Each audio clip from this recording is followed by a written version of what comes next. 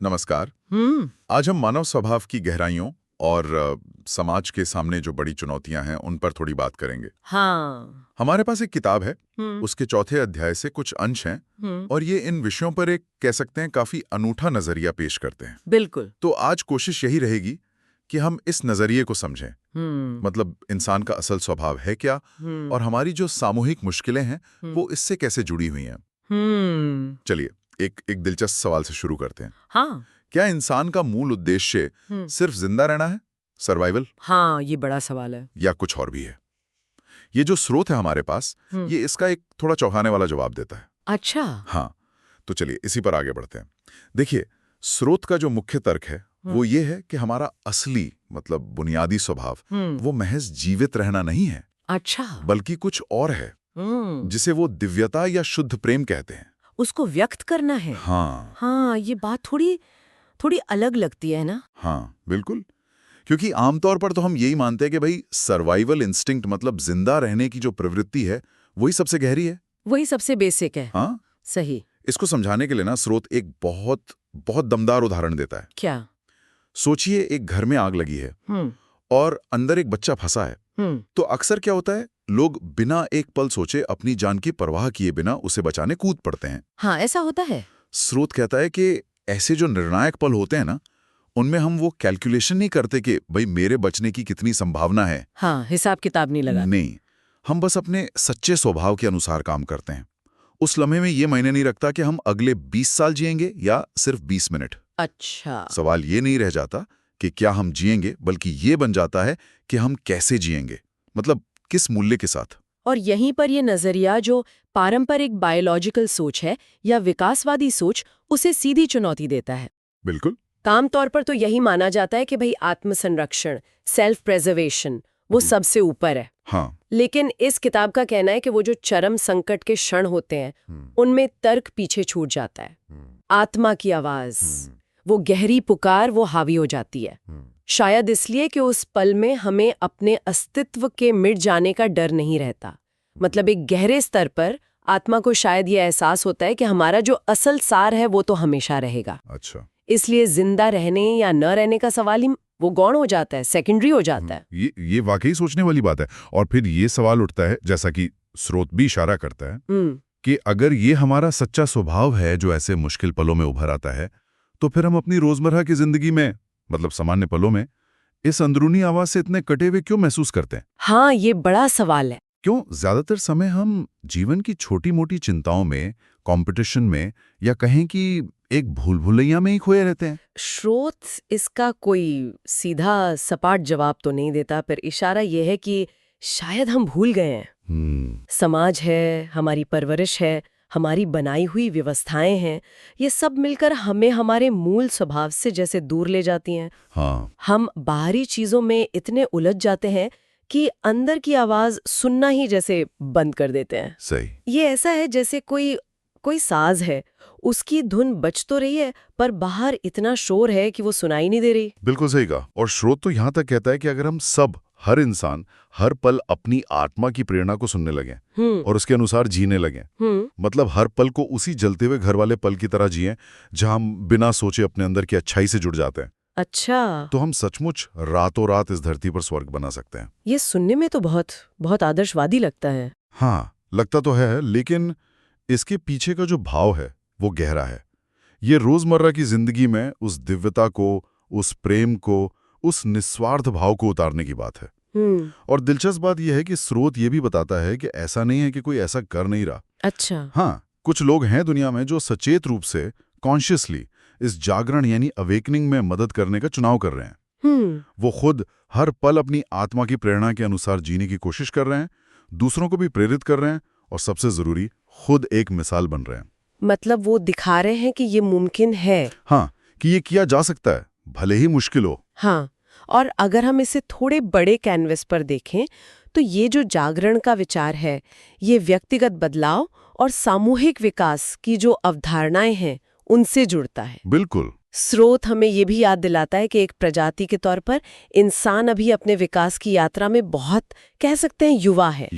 हाँ। एक तरह से किशोर अवस्था में। शायद इसीलिए बहुत से लोग अभी तक इस धरती पर अपने होने के असली मकसद को, या जैसे स्रोत ईश्वर के साथ अनंत जीवन कहता है, हाँ। उसके गहरे अर्थ को पूरी तरह समझ नहीं पाए अच्छा। हैं। मतलब जीवन का मतलब क्या है?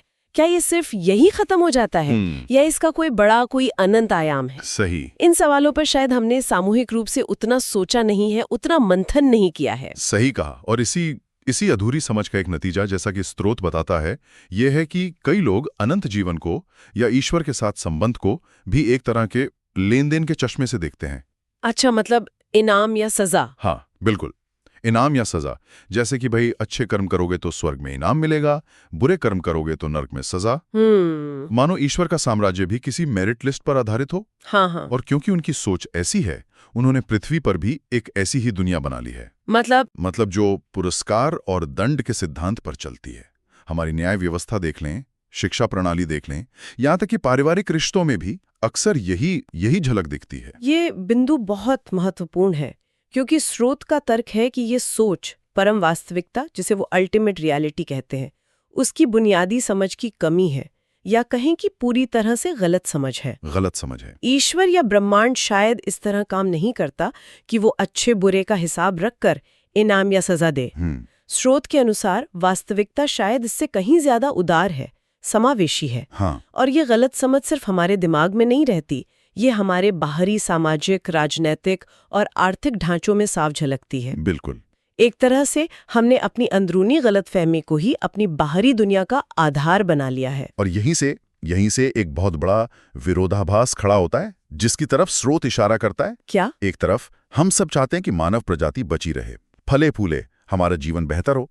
ये तो सब चाहते हैं। हम दिल से चाहते हैं कि हमारे बच्चे और उनके बच्चे भी इस खूबसूरत ग्रह पर एक अच्छा जीवन जी सकें।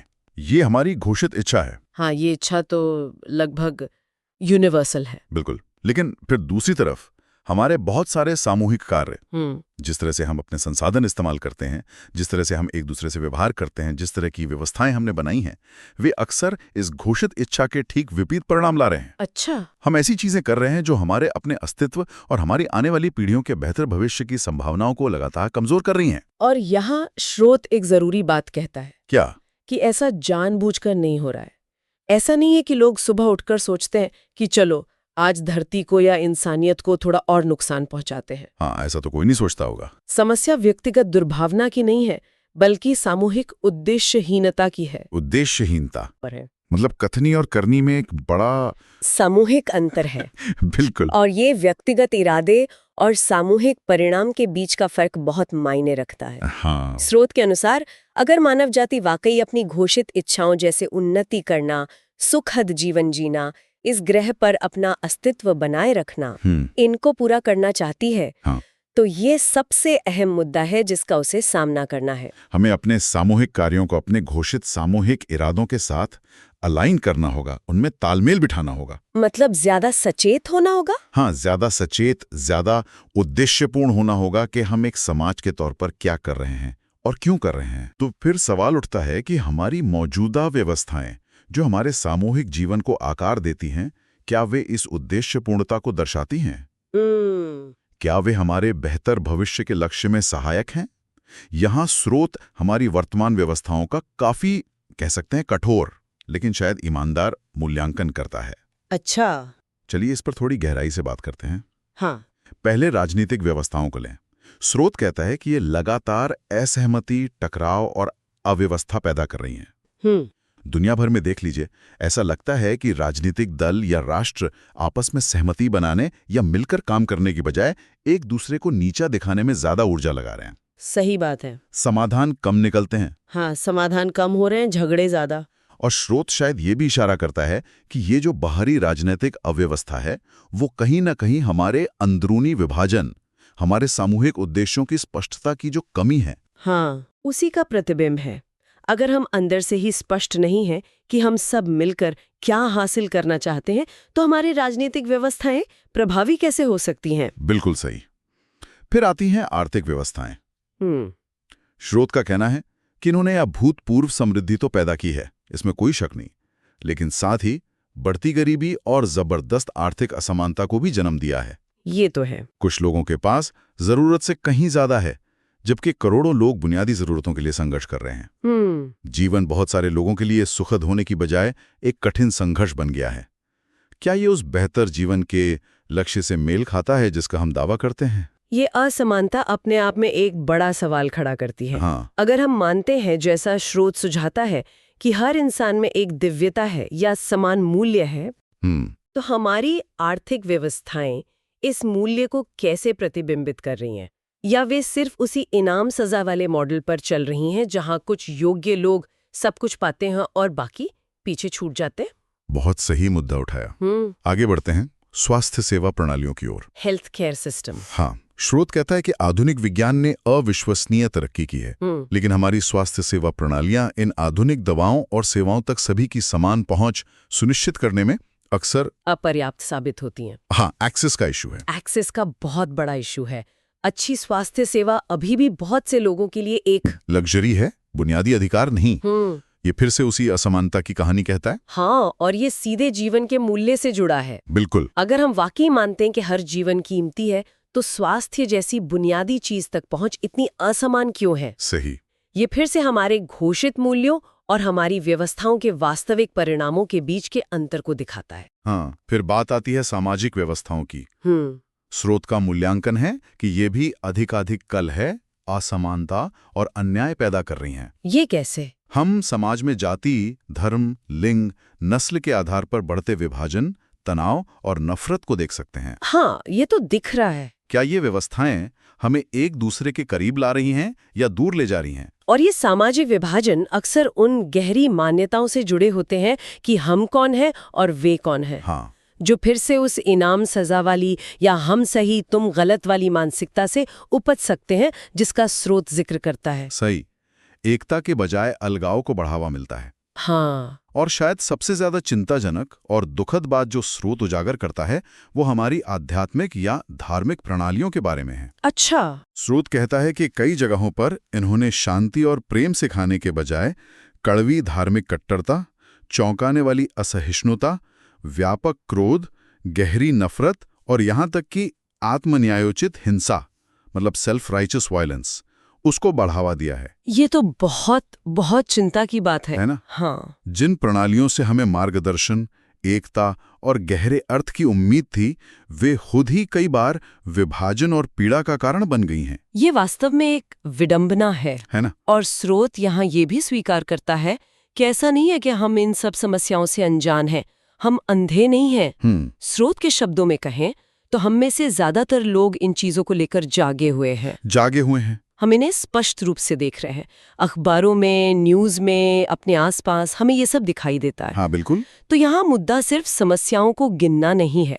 मुद्दा ये है कि हम इस जागरूकता पे प्रतिक्रिया कैसे देते हैं, हम इस जानकारी का करते क्या हैं। सही। जानना एक बात है और उस जानकारी के आधार पर कार्य करना, बदलाव लाना, वो बिल्कुल दूसरी बात है। तो कुल मिलाकर ये स्रोत एक काफी गंभीर तस्वीर पेश करता है। हाँ। ये हमारी व्यक्तिगत और सामूहिक असफलताओं को उजागर करता है।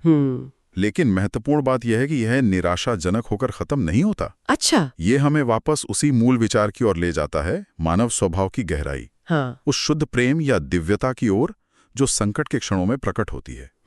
और ये इशारा करता है कि सकारात्मक बदलाव की क्षमता हमारे अंदर ही मौजूद है। शायद हमें बस उससे पहचानने और सचेत रूप से जीने की जरूरत है। तो अगर हम इस पूरी चर्चा को समेटें तो इस स्रोत से कुछ मुख्य विचार या कहीं कि टेकअवेज क्या निकलते हैं? हाँ, क्या मुख्य बातें हैं? पहला और सबसे बुनियादी विचार, मनुष्य का मूल स्वभाव सिर्फ जिंदा रहना नहीं, बल्कि उससे कहीं गहरा है। यह शुद्ध प्रेम या दिव्यता को व्यक्त करना है। यह हमें संकट के क्षणों में सहज रूप से दिखता है। दूसरा, अगर हम हर पल अपनी अंतरात्मा की आवाज या प्रेरणा का अनुसरण करें तो व्यक्तिगत और सामूहिक स्तर पर चमत्कारी बदलाव संभव है। हाँ। यही शायद वास्तविक जागरण का मार्ग है। तीसरा, हमारी वर्तमान व्यवस्थाएं, चाहे वो राजनीतिक हों, आर्थिक, सामाजिक या यहाँ तक कि आध्यात्मिक, वो गंभीर चुनौतियों का सामना कर रही हैं। वे अक्सर हमारे घोषित लक्ष्यों जैसे सभी के लिए बेहतर जीवन और प्रजाति का सतत अस्तित्व के विपरीत परिणाम दे रही हैं। और चौथा, हम इन समस्याओं से अनभिज्ञ नहीं हैं। हम जागे हुए हैं, हम देख सकते हैं कि क्या हो रहा है। हाँ।